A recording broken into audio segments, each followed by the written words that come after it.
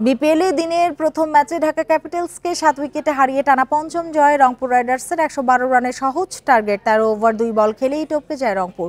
টানা 4 হারে বিধ্বস্ত ঢাকা ক্যাপিটালস। 5-5 রংপুর রাইডার্সের। সিলেট পর্বে দ্বিতীয় দিনে এক পেশে জয় সোহানের দলের। 40 বল হাতে রেখেই পঞ্চম জয়ের পয়েন্ট যোগ রংপুরের। সহজ লক্ষ্য তাড়া করতে নেমে আজও নিষ্প্রভ ছিলেন ওপেনার আজিজুল হাকিম। 4-4-3 ছক্কায় হেলসের ব্যাটে 44 রানের ইনিংস।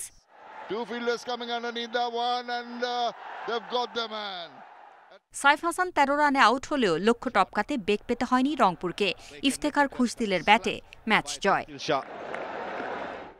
এর আগে টস হেরে ব্যাটিংয়ে নেমে সতর্ক শুরু হাবিবুর ও জেসন রয়ের। তাতে দলীয় 28 পর্যন্ত গিয়েছে এই জুটি। আকিব জাবেদের ব্রেক থ্রু 14 রানে সাজঘরে হাবিবুর। ওয়ান ডাউনে জেসন রয়ের সঙ্গী তানজিদ ইনিংস বড় করার সুযোগ পাননি দুই ব্যাটারের কেউই। রয়কে ফিরিয়েছেন মাহেদি, তানজিদকে ইফতেখার। অফ ফর্ম কাটেনি লিটন দাসের। সুযোগ পেয়েও কাজে লাগাতে পারেননি আলোচিত সাব্বির। অধিনায়ক থিসারা পেরেরা পেয়েছেন 0। ঢাকার স্কোরবোর্ডে 5 উইকেটে 70 রান। জয়ের খোঁজে নেমে বিপাকে ঢাকা ক্যাপিটালস।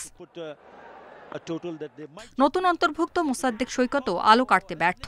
12 রানে ফিরে হতাশ করেন।